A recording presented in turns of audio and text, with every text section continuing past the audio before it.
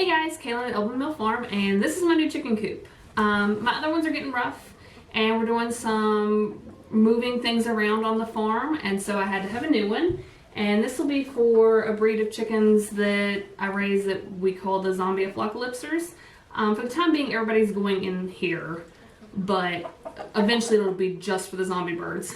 I'm going to show you guys how I do the deep litter method in the bottoms of my coop, since this is a brand new floor and everything. I did seal this floor with 3 layers of the barn paint to make sure it stays as safe as it can. The ducks are coming in here to start with, and ducks are really nasty and messy, and so I wanted it to stay, as protected as possible. I don't like using deep litter on the ducks, and as soon as the ducks' new coop is built, they'll move out of here, and I won't use deep litter on them. I'll change theirs frequently. And for those of you who don't know, deep litter is when you literally put different types of litter in, and you just keep building up, and you toss things in, and the chickens will scratch it around, and basically it kind of decomposes and breaks down in here and stays pretty dry. And then without ducks, I usually clean them out at about 2 times a year, like once right before going into winter and once after our muddy season is done, before summer and everything. And then I take all the nasty bedding and stuff and put it either in a compost bin if I'm not ready for it, or spread it across my garden if I am ready for it. But we have a doozy of a snowstorm supposed to be coming tonight, so I've got to get this one built and everybody transferred from the other coop and this one filled so that they'll be nice and warm tonight. I'm going to show you all the stuff I use, and I'm going to tell you the stuff that I put on the bottom you should probably wear a mask with. I'm not going to, but you probably should. And for the most part, it's not a problem for the birds, because by the time they get to scratching it up and everything, it's pretty low and settled, so it doesn't make too big a mess. First thing I'm going to start with, this is sweet PDZ, and it's actually for horses, but I've started using it in the coops. I used to use barn lime, and when I switched to this, there is no smell once you use this stuff. Now, this does not have like a perfumey smell or anything like that. There's just literally no smell once you use this. So I'm going to put this down the bottom. I think I pay about $10 a bag at Tractor Supply, and this is the first time I'm doing this coop, so I don't know how much it's going to take, but it shouldn't take the entire bag. But I'm going to start with it and show you how that goes.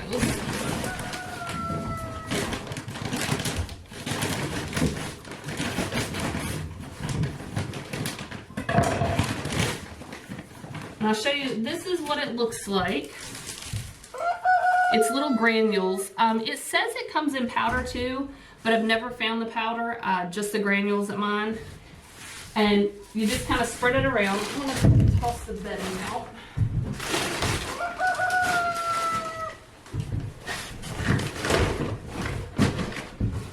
And this is not going to be permanent.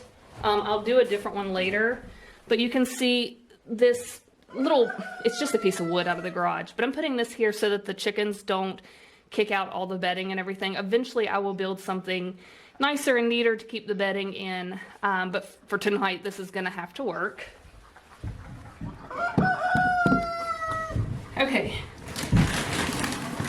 so I will literally just take the big old bag and go around.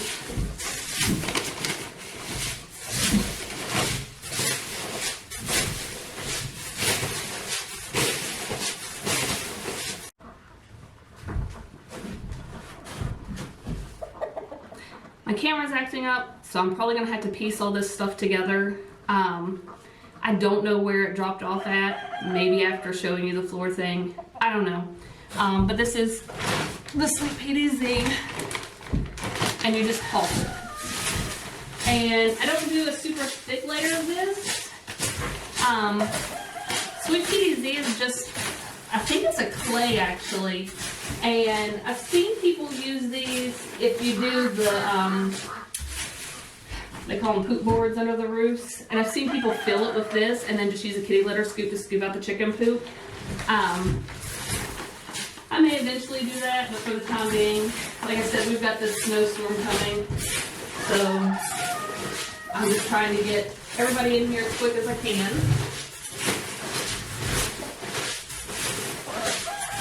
And this helps absorb the ammonia, and it keeps the floor dry, and it can be put on your garden safely, so you know when you clean out your coops later, it's not that big a deal. And you can see how dusty it's getting in here, which is why I should be wearing a mask.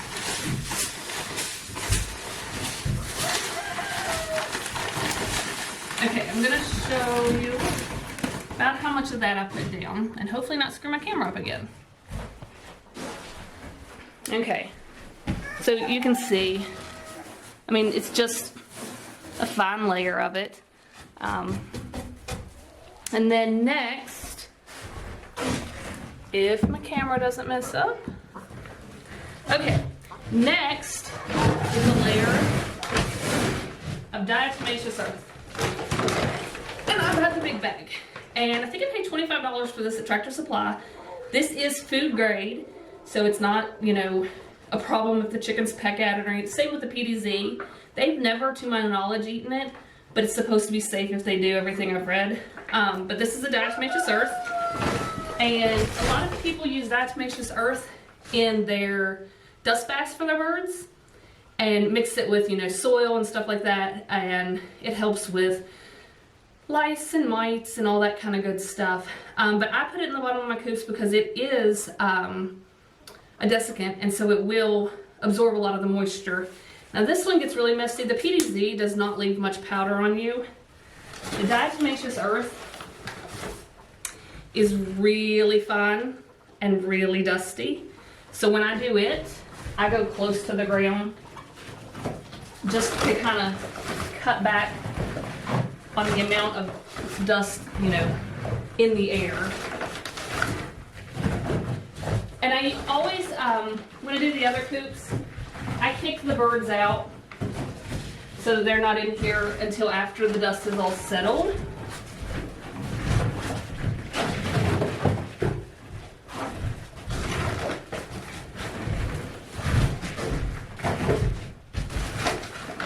And there's really no exact way to do this. I mean, I'd say you'll have to learn what works for your birds. When I first did it, I was actually cleaning the coop too often, and it wasn't getting a chance to break down. And so it was very heavy when I would go to clean it.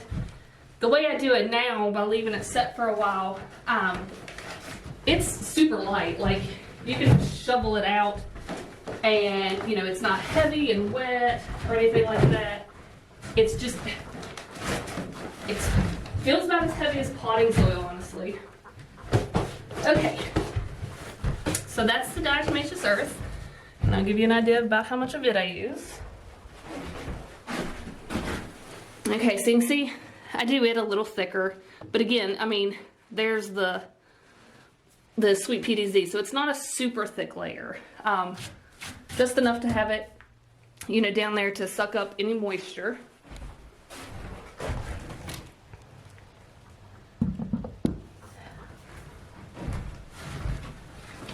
Okay, next, and you can see the dust. I assume you can see it in the video. That's why you should be wearing a mask and why I kick my birds out. Okay.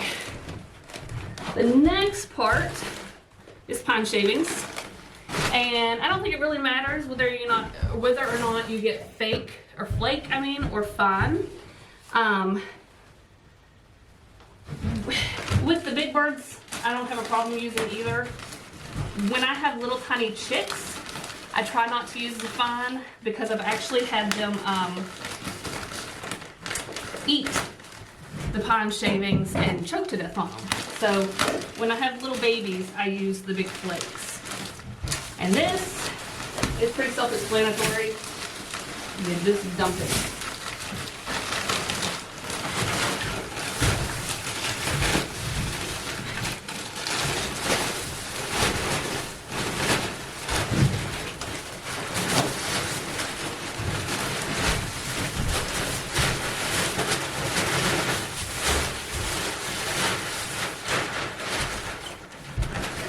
And I got 2 bags of this, but I'm not sure that's actually going to be enough. But it's going to have to be because our feed store is already closed for the evening.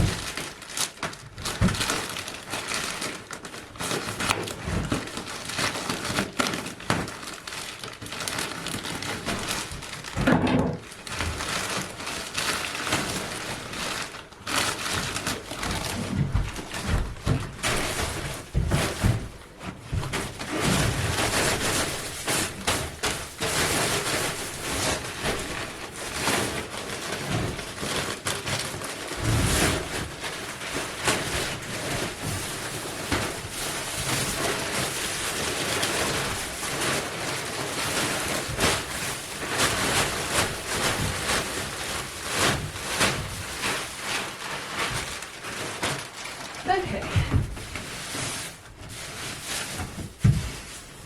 And you really don't have to spread it. I'm going to just because I want to show you. But the chickens will actually come in here and spread this all around. In fact, as soon as they realize that I've put down fresh bedding and straw, they'll be in here kicking it up, making a ruckus.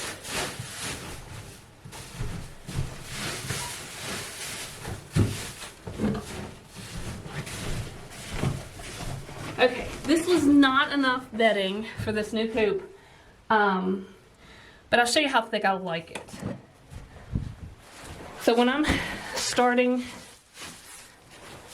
I would like it to start, you can see, that's about how deep I would like it. So roughly, I don't know, 2.5, 3 inches. This stuff breaks down really fast. And so I like a good thick layer of it. And it absorbs a lot of the moisture real good. And then the next step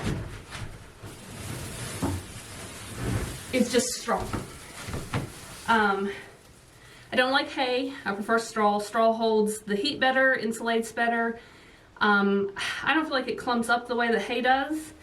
And you can see how thick, like how long pieces are and how big and everything. By the time the chickens are done with this, like in the spring when I would empty it out, it's going to be the same size as the pine flakes. Like they stir it up and it breaks down and it crushes up to where, I mean, it really is, it's all powdery and it's so much easier to get out. Like, cause I used to take a wheelbarrow and the pitchfork and the bedding like would just be clumped together, or then I'd need the shovel, and I mean my back would hurt and it was awful. And everybody kept telling me I was doing it wrong, deep litter should not be that big a deal. And I was trying to clean it too often instead of just getting in there and turning it a little bit and letting the chickens do their work and make it easier to use.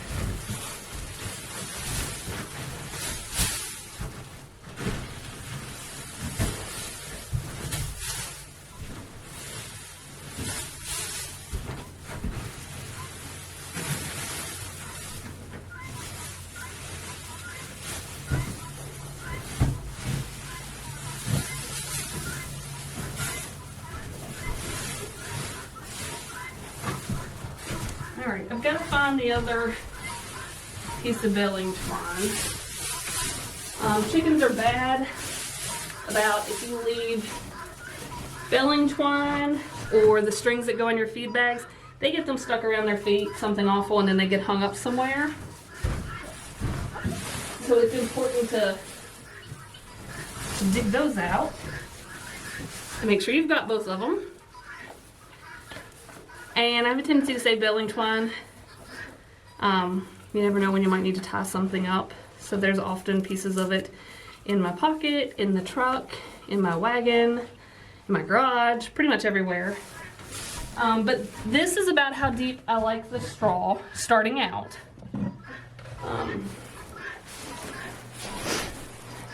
So let's see. There's the bedding. And so I like it about the same, about 3 inches, 4 inches. I mean, you can see that it's deeper in spots, but they will come in here very shortly and start making a mess and knocking it around everywhere. I'm gonna do a video again after This has had time to break down, so I can show you what it's like and how easy it is to clean out and everything. But that's how you set it up. And then what you do is, my birds like black oil sunflower seeds, oats, that kind of stuff, or corn. This time of year I give them corn. Corn heats them up pretty good. And all you do is come out with like a handful or two and sprinkle it out in this, and then they'll come in looking for that, and they'll be digging and all that, and it gets it all turned up, and it breaks down so much faster, so that by the time spring gets here, I mean, it's usable. The ducks will make it bad, and I probably won't make it to spring with this batch, but without the ducks I would. Without the ducks you can make it twice a year, and it's not gross. Like, it doesn't stink, it's not bad or anything like that. And then with the ducks, what I will do is, in about a week or two, I'll come out and take some more of the sweet PDZ, which is why I get the big bag, and sprinkle that on top, and they'll work it down, and they'll keep working it in. Every couple weeks I'll add some more to it. But like, that's why I said I don't really like to use deep litter with the ducks. But that's pretty much it. And I'm actually surprised they're not in here yet. They must not have realized that there's a new bale of straw, because it's one of their favorite things to pick through. But that's all there is to it. And if you have any questions, feel free to hit me up, and if I can answer them, I will. But thanks for stopping by, and see you guys later. I just wanted to add some video real quick. It's actually been a few weeks since I shot the deep litter method video. I just haven't had a chance to upload it or anything yet. But I wanted to show you why I actually don't like ducks in here. Can you see how, I guess, compacted it is? That's not how it's supposed to look with deep litter method. And here towards the front, this is where the ducks come in soaking wet, and so they get everything wet. This is what it should look like when the deep litter method is working well. You can see, I mean, this is dry. It's no big deal to move around. This is what it should all look like. But over here where the ducks come in, you can see it's compacted, and it becomes this nasty mess that you have to chisel out and use the pitchfork to get out. So this is why I don't like deep litter with ducks, but it is what it is for now. But like I said, this is how it should look normally, and that over by the door is just not how it should look. But like I said, I just wanted to edit the video and add this at the end, and sorry for the birds screaming and carrying on. They're mad because I'm in here. But thanks, guys.